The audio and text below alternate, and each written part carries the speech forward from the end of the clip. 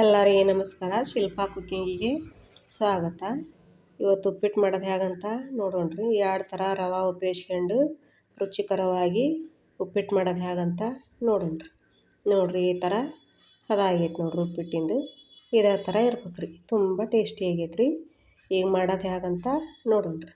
ನೋಡಿರಿ, ಕಡಾಯಿ ಇಟ್ಕೊಂಡು ಈಗ ರವೆ ಹಾಕ್ಯಂದ ನೋಡಿರಿ. 2 ಕಪ್ ಇದ್ರಲ್ಲೇ ರವೆ ಹಾಕ್ಯಂದ್ರಿ. ನೋಡಿರಿ, ಉರಿನ ಮೀಡಿಯಮ್ ಇಟ್ಕೊಂಡು ಈ ಥರ ಕೈ ಅಂತ ಹುರಿಬೇಕ್ರಿ. ಜಾಸ್ತಿ ಉರಿ ಇಟ್ಟರೆ ಹೊತ್ತೈತ್ರಿ. ಈ ಥರ ಉರಿ ಸ್ಲೋ ಇಟ್ಟು ಹುರ್ಕೋಬೇಕು ನೋಡಿರಿ.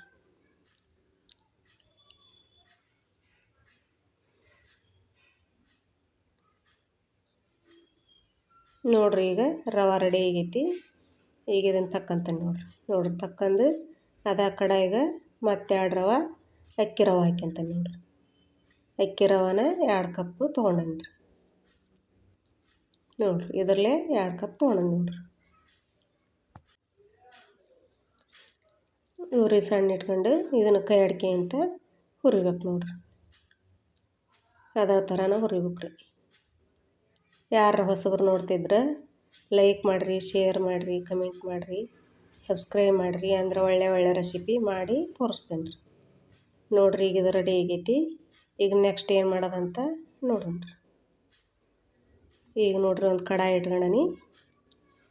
ಇಟ್ಕೊಂಡು ಅದಕ್ಕೊಂದು 4 ಸ್ಪೂನು ಎಣ್ಣೆ ಹಾಕ್ಯಂತ ನೋಡಿರಿ. ಎಣ್ಣೆನ ಜಾಸ್ತಿನೇ ಹಾಕ್ಯಬೇಕ್ರಿ ಉಪ್ಪಿಟ್ಟಿಗೆ, ಅಂದ್ರೆ ಟೇಸ್ಟ್ ಆಕತಿ.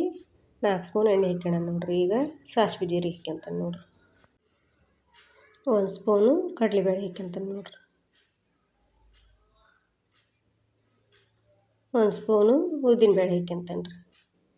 ಒಂದು ಸ್ವಲ್ಪ ಶೇಂಗಾ ಕಾಳು ಹಾಕ್ಯಂತಾನೆ ನೋಡಿರಿ.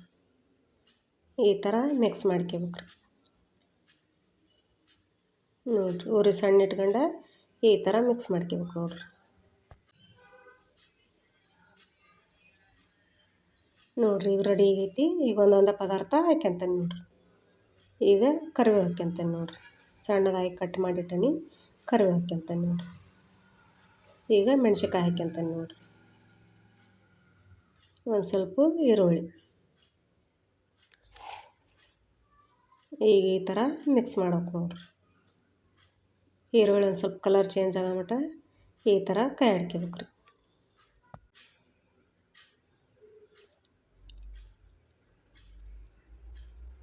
ಈಗ ನೋಡಿರಿ, ಇದರಲ್ಲೇ 1 ಕಪ್ಪು ರವೆ ಐತ್ರಿ. ಅದು ಇದರಲ್ಲಿ 2 ಕಪ್ಪು ನೀರು ಹಾಕ್ಯಂತಾನೆ ನೋಡಿರಿ.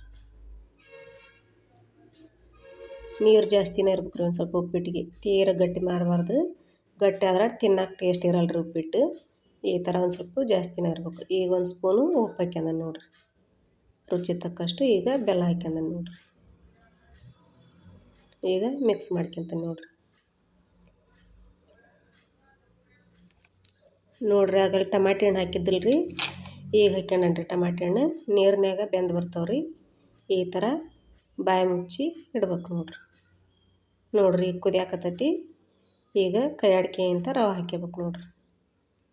ಕೈ ಆಡೋದು ಬಿಟ್ರೆ ಗಂಟು ಹಾಕೋದ್ರಿ ರವೆ. ಈ ಥರ ಕೈ ಆಡ್ಕೊಂತನೇ ಹಾಕ್ಯಬೇಕ್ರಿ. ಉರಿ ಸಣ್ಣ ಇಟ್ಕೋಬೇಕ್ರಿ. ಉರಿ ಸಣ್ಣ ಇಟ್ಕೊಂಡು ಈ ಥರ ಹಾಕ್ಯಬೇಕ್ರಿ. ನೀವು ಟಮಾಟೆ ಹಣ್ಣು ಬೇಕಂದ್ರೆ ಹಾಕ್ಯಬೋದು ರೀ, ಬ್ಯಾಡ ಅಂದ್ರೆ ಬಿಡ್ಬೋದು ರೀ. ಟಮಾಟೆ ಹಣ್ಣು ಹಾಕಿದ್ರೆ ತುಂಬ ಟೇಸ್ಟಿಯಾಗಿ ಬರ್ತೈತೆ ರೀ ಉಪ್ಪಿಟ್ಟು.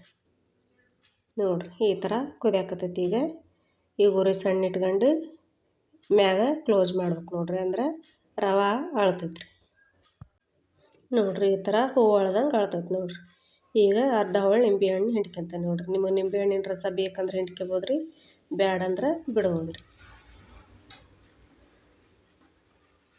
ನಿಂಬೆಹಣ್ಣಿನ ರಸ ಹಿಂಡಿದ್ರೆ ಆರೋಗ್ಯಕ್ಕೆ ತುಂಬ ಚಲೋ ನೋಡಿರಿ. ಈ ಥರ ಕೈ ಆಡ್ಕೋಬೇಕ್ರಿ.